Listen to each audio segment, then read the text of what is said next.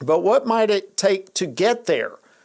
Well, here to discuss this and more is Congressman Keith Self, who served our country courageously for 25 years before retiring with the rank of Lieutenant Colonel.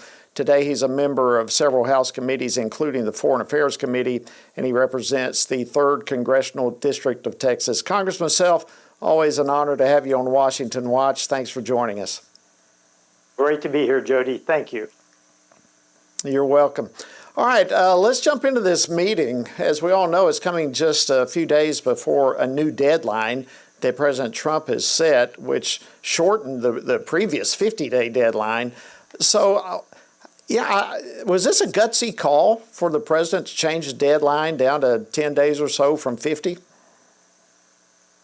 Jody, I will tell you, I'm not sure why Putin has any urgency to negotiate. I applaud President Trump in these efforts, but frankly, Putin thinks he's winning this war.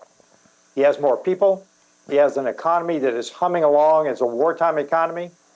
The people still generally support him as long as he doesn't have another general conscription.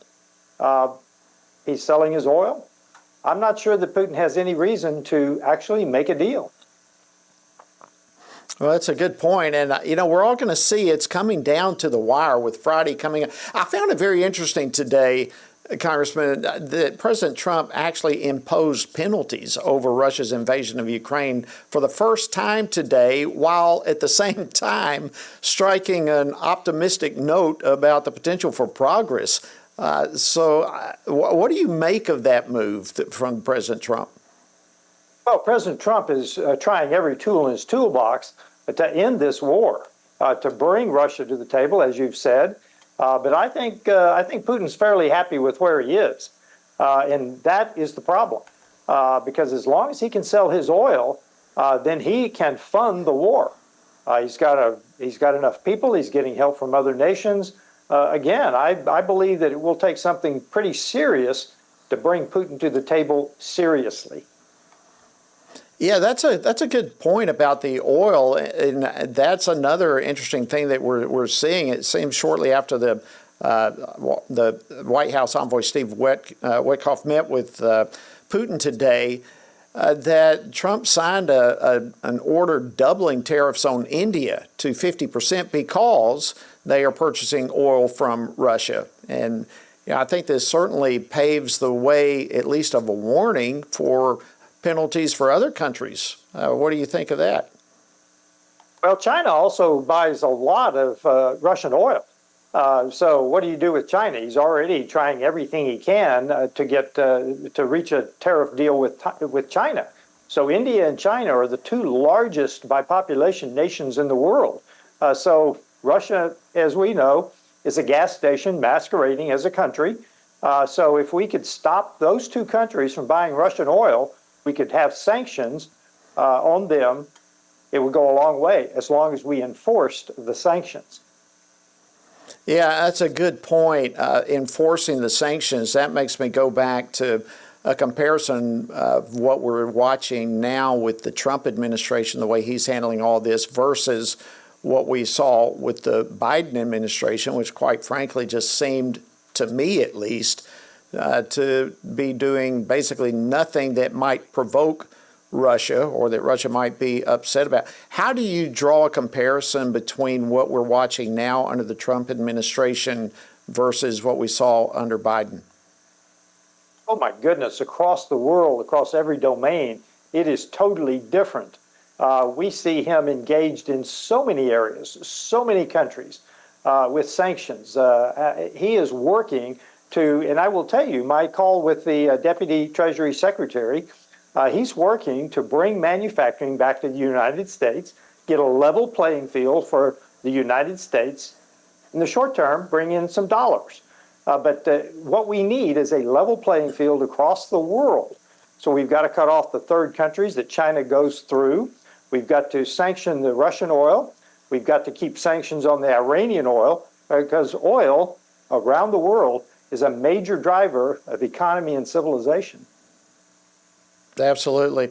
If I can, Congressman Self, I'd like to switch gears with you. Our time seems to be slipping away here rapidly, but another war is going on that we're all aware of between Israel and Hamas. And tomorrow, Israel's Security Cabinet is expected to convene to discuss expanding fighting in the Gaza Strip.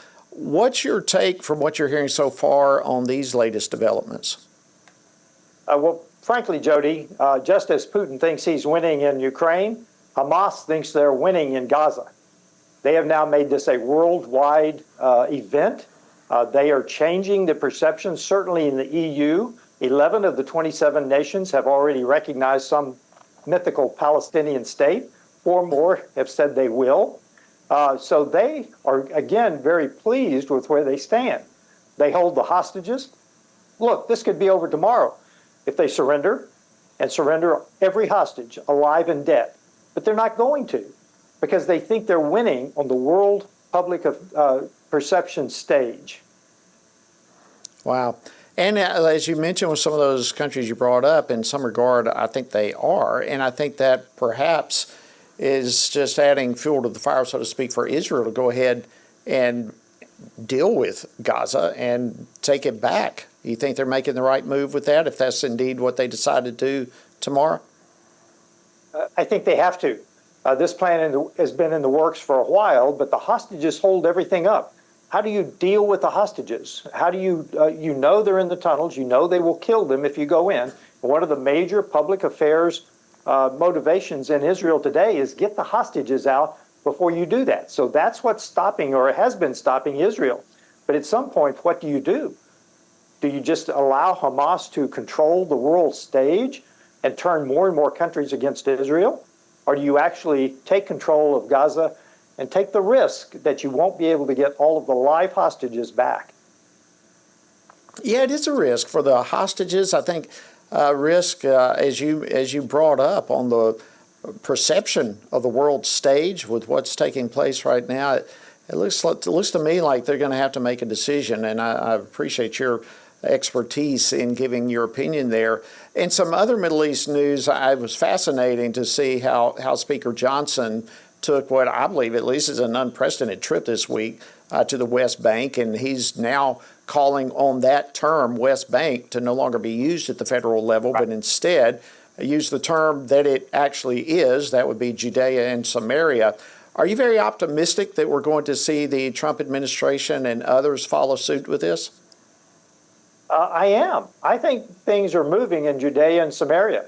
It's behind the scenes, but I think things are moving, and we'll see what happens there. But frankly, I believe that the sheikhs, the Muslim sheikhs in Judea and Samaria, are tired of the PA, the Palestinian Authority. I think they are ready to be governed by Israel and secured by Israel. I think they're ready. Let's see what happens. Well, there were many that went with House Speaker to Israel. There's been a lot of codel taking place over there, but hats off to the Speaker and others for pushing for this. I think it's a great move. It's something that needs to take place. Thank you, Texas Congressman Keith Self. Always an honor to see you, my friend. We appreciate you coming on Washington Watch today and always. Thank you, Jody. Have a great day.